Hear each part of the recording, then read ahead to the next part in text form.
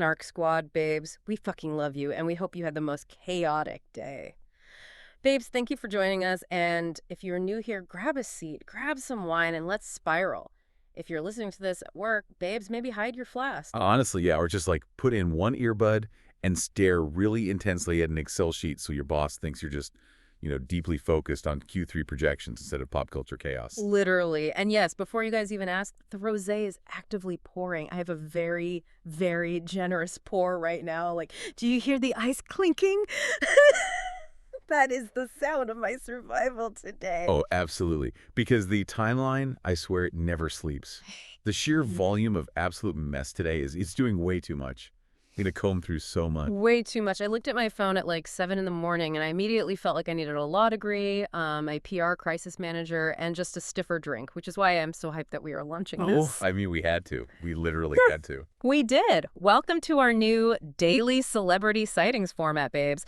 We had to go daily because waiting a week to talk about this stuff, like by next week, there's going to be 4 more scandals, 3 bad apologies, and I can't hold it in. It's an absolute necessity at this point. The ecosystem is just moving so incredibly fast. We were drowning in our own notes, The 24-hour news cycle is dead. It refreshes every 12 minutes now. It really does. And before we officially jump into the literal dumpster fire of today, I have to give a massive, loud shout out to Snark Squad member Lindsay. Oh, Lindsay, yes. Babes, we see you, we love you, and we are doing this because of you too. Like, you hyped us up. You basically told us we needed to do this daily to save our sanity, and so here we are. This aggressively large glass of rosé is for you, Lindsay. Lindsay is literally the patron saint of our spirals right now, which actually is kind of the perfect transition into this brand new segment we're kicking off. Oh my God, yes. I am so ready. Right. So you guys, the listeners, have been submitting the absolute messes of your own personal lives to the inbox, and we are going to apply the exact same level of rigorous, snarky analysis to your drama that we do to Hollywood. Welcome to the Shady, Snarky, or Stupid segment.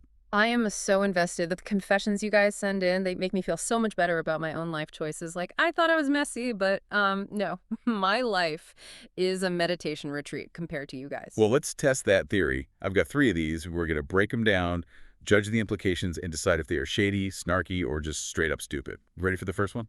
Hit me. My wine is poured. My judgment is extremely ready. Okay, confession 1. The listener writes, I Venmo requested my ex for the half-eaten block of cheddar cheese he took from my fridge when he moved out. Oh my God, a half-eaten block of cheddar. That is so petty. I mean, I feel it in my soul because groceries are literally absurd right now. But babe, you have to let the cheese go. It's dairy. You're reacting to the emotional surface, though. Let's look at the cold economic psychology of this. Yeah. This is a masterclass in micro-retribution. Micro-retribution for cheese. Exactly, because cheese is expensive, right? A good block of cheddar is like $8. Yeah. Half of that is $4. She knows $4 isn't changing her life. It's about utilizing a digital payment app as a mechanism for boundary setting. No, it feels more like she's doing a forensic audit of her fridge just to prove she's mad. Well, the point she's making is, you extracted resources from my life, however insignificant, and I am forcing you to digitally acknowledge the theft. I'm voting this as snarky. It's calculated. See, I strongly disagree. I am voting this as hard stupid. Think about the social capital cost. By sending that request, she just handed him a screenshot. He is absolutely taking that $4 cheese invoice, putting it in the group chat with his boys, and being like, look how psycho my ex is. Oh, that's a valid counterpoint. She traded the moral high ground for half a block of Tillamook. It's so stupid. The digital footprint risk is definitely high. You never hand opposing counsel documentary evidence of your pettiness. All right, let's escalate. Confession number 2. I secretly signed my obnoxious micromanaging coworker's work email up for every Scientology timeshare and questionable adult newsletter I could find. That is genius. Absolute genius. Yeah. If you have a manager hovering over your desk asking for read receipts, they absolutely deserve to get spammed by L. Ron Hubbard. I love this. I mean, I can theoretically appreciate the diabolical symmetry of weaponizing spam, but mechanically speaking, this is profoundly stupid. How is it stupid? It's a victimless crime. It just ruins their inbox. Because you are fundamentally underestimating corporate IT infrastructure. Corporate networks use very sophisticated firewall flagging. Do you genuinely think IT can't track the internal IP address that bulk subscribes someone to adult newsletters? Wait, really? They can track that? They log every keystroke, every network request. You're risking an HR violation, gross misconduct, literally your livelihood, to mildly annoy someone who probably just sets an Outlook filter and moves on. The risk to reward is catastrophic. It's shady, but undeniably stupid. Okay, wow. When you bring up firewalls and HR, you totally ruin my favorite petty pranks. Fine, I concede. That is stupid. Yeah. What is the last one? Please tell me it doesn't involve IT. No, this one bypasses IT entirely and goes straight to mutually assured destruction. Confession 3. I matched with my boyfriend's dad on Tinder using a fake profile to see if he'd cheat on my boyfriend's mom. Now the dad is begging to fly me to Cabo for the weekend. No, stop. I need to put my glass down. You matched with your boyfriend's literal dad. What was the end game? That's the structural question, right? And why is it always Cabo? What is it about Cabo San Lucas that attracts midlife crisis men? I'm looking at this from a psychological perspective, and it's just a catastrophic collapse of a family tree. She engaged in projective identification. She baited a situation because she subconsciously expected him to fail. But he didn't just fail. He's trying to cross international borders. Exactly. He bypassed the theoretical flirting and is fully committed to logistical infidelity. This is a thermonuclear bomb. What do you even do? Do you go to Thanksgiving and look the dad in the eye? Do you show up at LAX in a trench coat? This isn't just shady. She blew up her own relationship for an undercover sting. She engineered a loyalty test and didn't plan for the spectacular failure. It's incredibly shady of the dad, obviously, but for the listener, it's the ultimate self-own. You have radioactive intel, and you can't reveal it without exposing your own unhinged methods. Honestly, you guys, you have to keep sending these in. My inbox is my favorite reality show.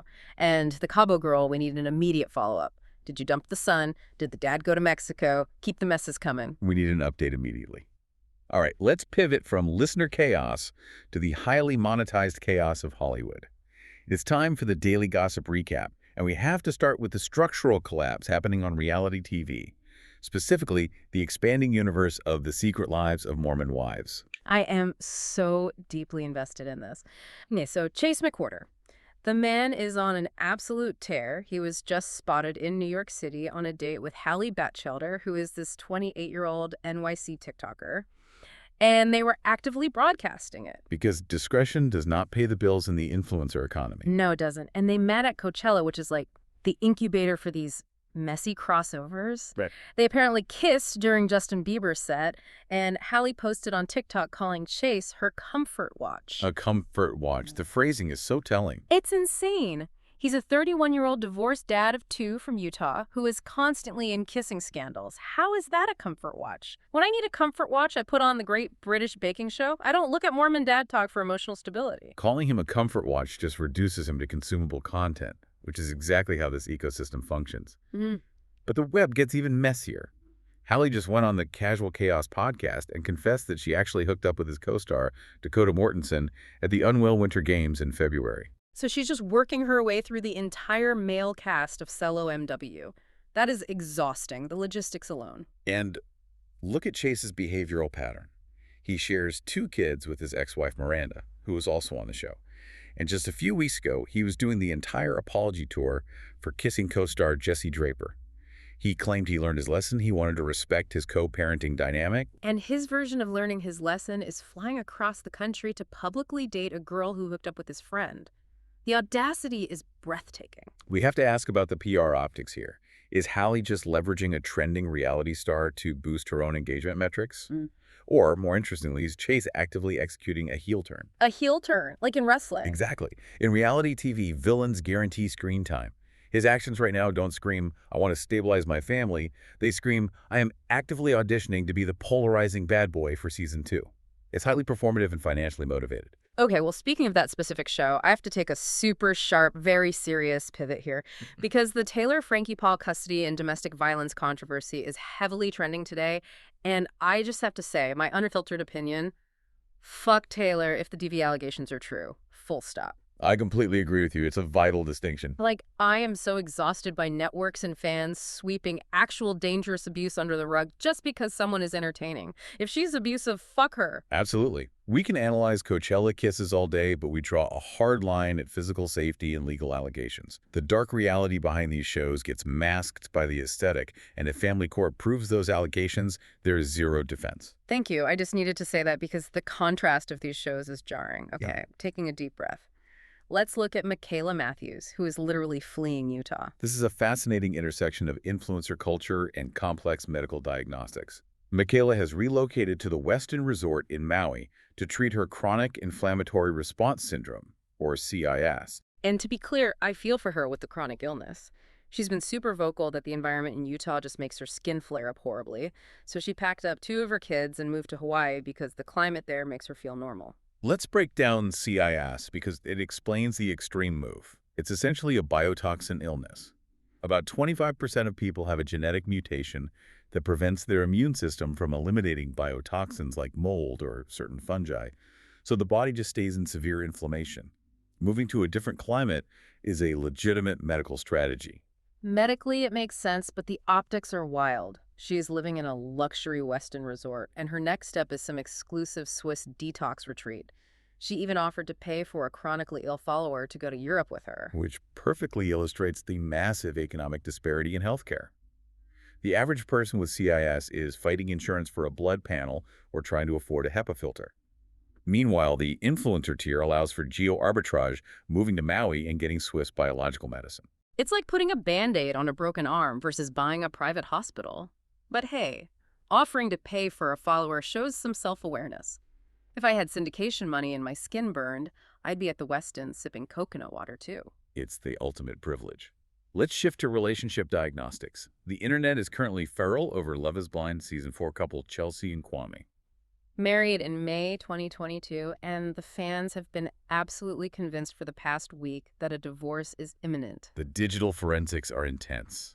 Fans noticed Chelsea dropped Kwame's last name from her Instagram bio and posted a carousel of photos where she wasn't wearing her ring.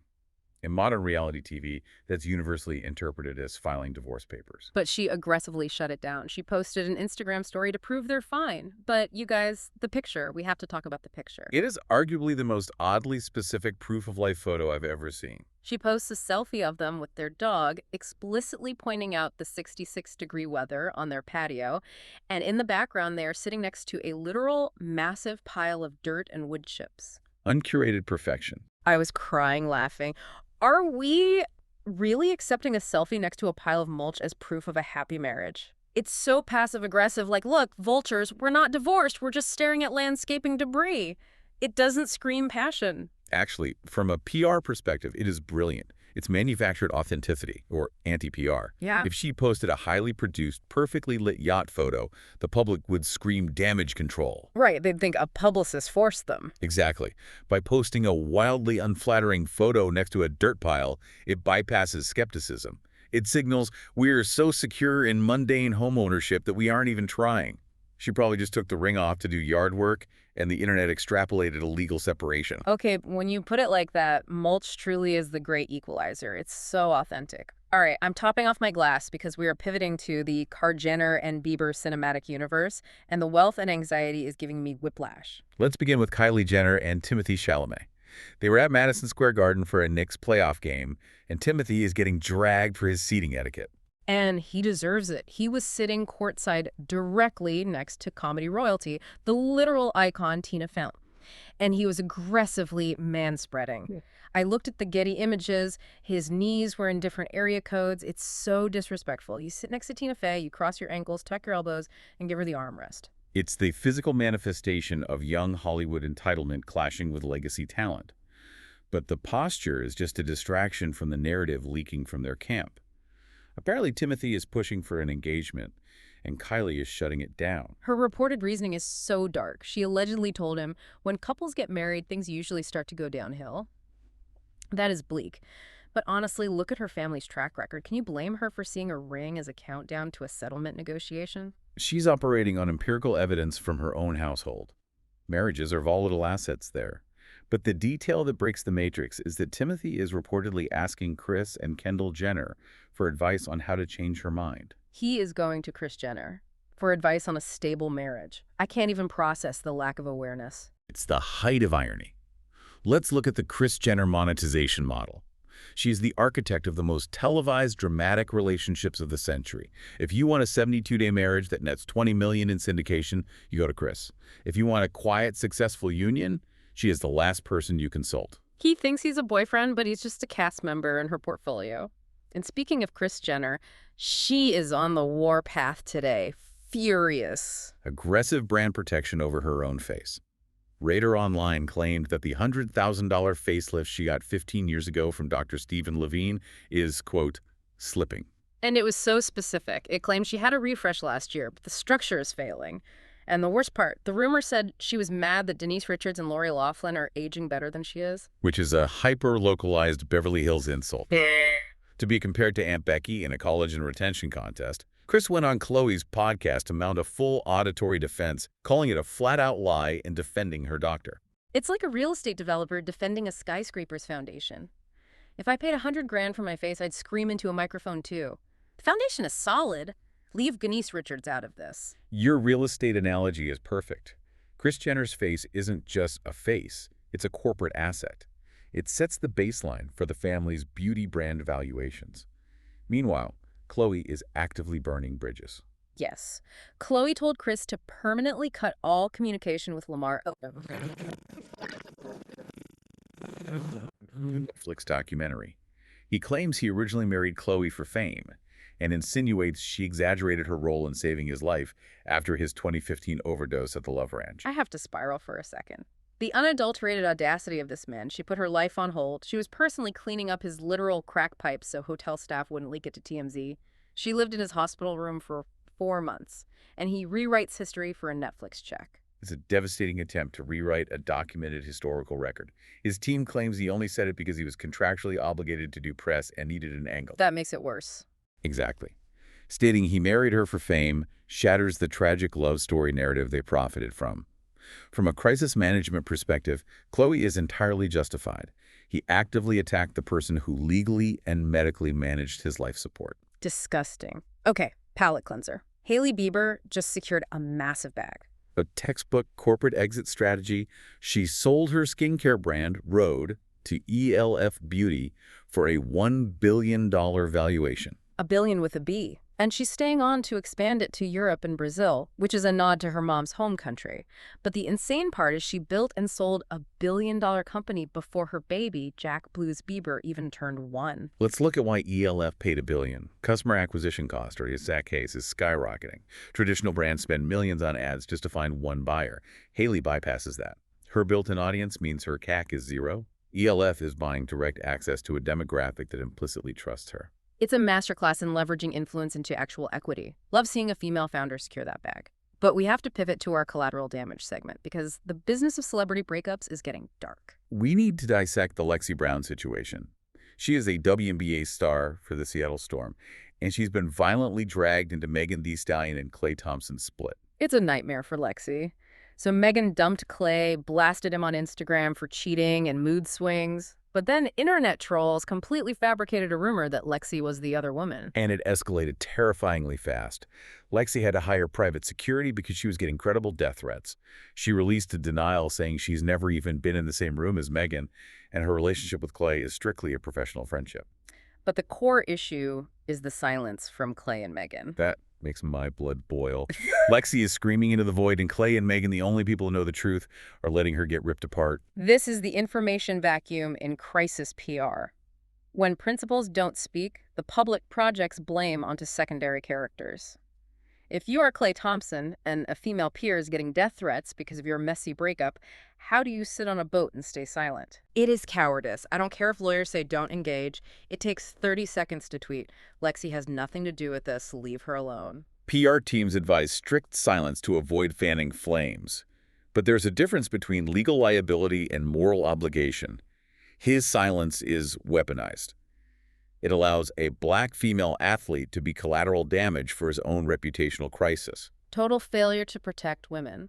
Speaking of female athletes dealing with the worst, Simone Biles is having a financial spiral, and I completely relate. She went on TikTok to expose a $23,000 invoice for hair and makeup for the Laureus World Sports Awards in Madrid. 23 grand for a step and repeat. She looked flawless in this Kongtrai mini dress, but she was like, if this is normal, I'm sitting my ass right here where it's free. It gives us a glimpse into the predatory glam tax. Usually a brand covers this, or it's in the appearance fee. If she was billed out of pocket, it means the styling agency massively inflated their day rates just because of her wealth. I love that she complained. Everything is too expensive. You buy organic eggs and need a second mortgage. Simone Biles is an Olympic icon, and even she's looking at a receipt like, are you out of your mind? Makes me feel better about my Uber surges. Inflation respects no one. But if we want to talk about zero-budget concerns, let's look at the Met Gala 2026. Anna Wintour is finalizing seating charts, which sounds like playing chess with massive egos. Co-chairs are Nicole Kidman, Venus Williams, and Beyoncé, returning after 10 years. Securing Beyoncé asserts the dominance of the old guard A-list over the TikTokers that have diluted the gala recently. But the real structural shift is the sponsorship. It's sponsored by Jeff Bezos and Lauren Sanchez. Amazon money bought the Met steps. Exactly. It's the convergence of old-world prestige and tech oligarchy. Lauren Sanchez is injecting massive capital to purchase the privilege of hosting high society.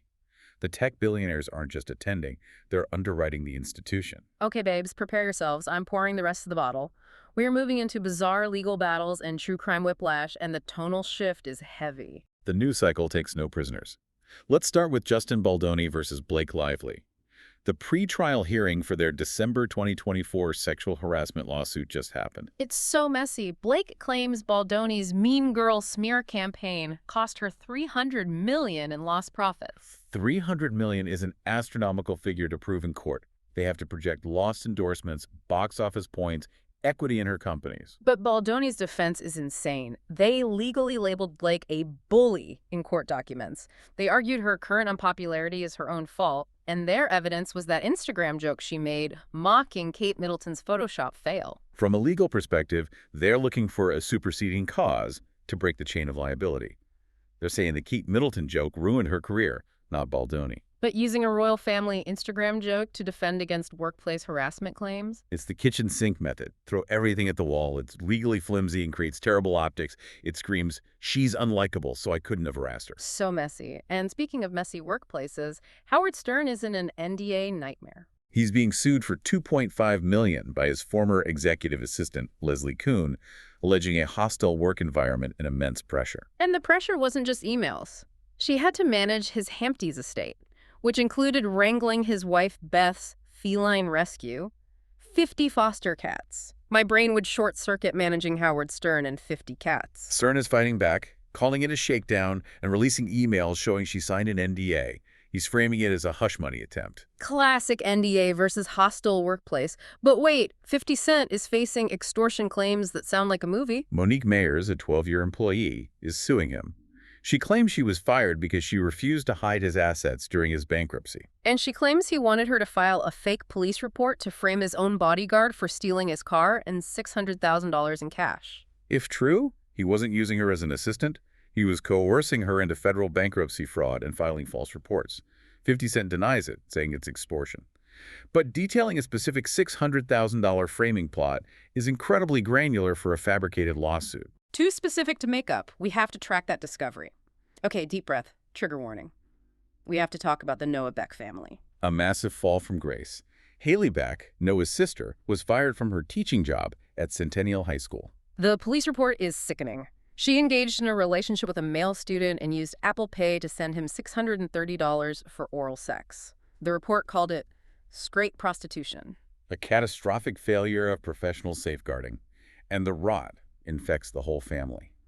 The mom, Amy Beck, was also put on leave because an old TikTok resurfaced of her and Noah simulating oral sex to an audio clip. It is fundamentally disturbing. It shows how internet fame warped their boundaries. They treated everything as content, and now it's actual criminal devastation. A dark case study in unchecked digital validation. Shifting focus, Britney Spears is facing the legal system again. Arrested March 4th in Westlake Village for swerving. She's charged with a misdemeanor DUI, but the DA is offering a wet, reckless plea. A wet reckless, under California law, is a plea down to reckless driving involving alcohol. Prosecutors offer this when the evidence for a full DUI is borderline-like calibration issues with the breathalyzer. Her team says she's seeking help. My heart breaks for her. Every time she gets freedom, the legal system pulls her back in. It's a slow-motion tragedy. Speaking of unprecedented threats to pop stars, Taylor Swift is fighting a dual-front war. Real-world terror. A 21-year-old man in Austria pleaded guilty to plotting an attack at her Vienna Eras tour. He had explosives and knives, facing 20 years. The CIA stopped it 24 hours before. Protecting her is like protecting a head of state. But while fighting physical terror, she's battling digital fraud. Hmm. AI deepfakes on TikTok are using her cloned voice to push a scam called TikTok Pay. The AI literally sounds like her saying, click the link. Her lawyers are trying to trademark phrases like, hey, it's Taylor Swift to stop them. It illustrates the gap between tech and legislation. Copyright protects her songs, but right of publicity varies by state and wasn't built for AI. Trademarking conversational phrases is like stopping a tsunami with a chain-link fence. It's a losing battle. Terrifying. Let's move to our final true crime, which is just heartbreaking. Savannah Guthrie's mom, Nancy, is missing. She's 84, vanished from Tucson 3 months ago. Forensic psychologist Dr. Gary Brucato analyzed security footage of a masked suspect at her door. He believes it's a hired goon, or stooge. Meaning someone orchestrated this and paid someone to take an 84-year-old woman. The calculated malice is terrifying. I can't imagine Savannah's agony. Dr. Brucato calls it the waiter and chef theory. The waiter delivers the crime, the chef designs it, it's calculated instrumental violence. We just hope authorities find the orchestrator. Okay, we need to lift the energy, please. Pop culture odds and ends to wrap this up. Meghan Markle had a reported diva moment on MasterChef Australia. The judge introduced her as MasterChef royalty, which is just a cute pun. But sources say Meghan threw a massive fit backstage. Her team has strict rules forbidding any references to her royal status because she's trying to build an independent brand. They called her more diva than a diva. My pushback. You cannot throw a tantrum over the word royalty when your literal title is the Duchess of Sussex. You use it on your jam company. You can't demand the platform of the crown and pretend you're just a scrappy startup founder. It's the central paradox. She wants the global recognition but totalitarian control over acknowledging its origin. It's an impossible PR tightrope. You can't have your royal cake and eat it too. Next, Kate Hudson was on Watch What Happens Live and revealed her specific ick. Men who really lead with their spirituality in a performative way. So relatable. The guy who brings an acoustic guitar to a dinner party and mentions his ayahuasca retreat in Peru in 5 minutes. It's a red flag for a terrible personality. It's the commodification of enlightenment, compensating for a lack of empathy. Moving on, Kristen Davis is defending Carrie Bradshaw. Gen Z discovered Sex and the City on TikTok and labeled Carrie a toxic narcissist. Which clinically isn't totally inaccurate. But Kristen defended her on her podcast. She blamed out-of-context TikTok clips and reminded everyone the show is framed through Carrie's inner monologue voiceover. Of course, she seems self-centered. Astute narrative defense. But it's a generational clash. Gen Z demands perfectly ethical protagonists, ignoring that Carrie was designed to be messy and flawed. Speaking of messy, Kanye and Bianca Censori shocked me this week by being normal. A shocking visual pivot. She ditched the sheer bodysuits and wore a conservative black turtleneck and knee-length skirt to visit Columbia University as a guest juror for an architecture forum. A turtleneck. She debuted blonde hair and acted like a serious academic. The professor even praised her intellect. It proves the sheer outfits are a calculated costume for press. She has an advanced degree in architecture. She knows how to dress for a rigorous critique. She's entirely in control of the narrative. Whiplash. Our final story is Piper Raquel, and it gives me anxiety. Piper is an 18-year-old former child influencer now doing OnlyFans. She's getting backlash for a viral video where she enthusiastically meets a 58-year-old superfan. And he proudly admitted he's followed her since she was 12. And Piper defended him, hugged him, called him her #1 supporter. A massive safeguarding failure. It's predatory grooming disguised as fandom when a man builds a parasocial attachment to a child and seamlessly buys her adult content when she turns 18. Disgusting. And her team of adults didn't step in. It shows how child influencers are failed. They only care about the revenue stream. Which brings me to a final thought. Connect the Taylor Swift AI deepfakes and this Piper Raquel controversy. We are entering an era where our faces, voices, and childhoods are fully commodified online. If a billionaire like Taylor Swift has to trademark, "Hey, it's Taylor," to prove she's real, what chance does reality TV and influencer culture have in protecting their identities? Where does the human end and the consumable product begin? Wow, that is heavy, but true. The diagnostic machine of our culture is broken, and we're just trying not to drown in the content. And on that existential note, that wraps up the chaos for today. Thank you so much to the Snark Squad for sticking around. We literally could not do this without you guys fueling the fire in the comments. Share this with your group chats, subscribe so you don't miss tomorrow's dumpster fire, and keep sending in those unhinged personal confessions. We need the Cabo update. We really do. Until tomorrow, stay caffeinated, stay messy, and we will see you on the Snark side.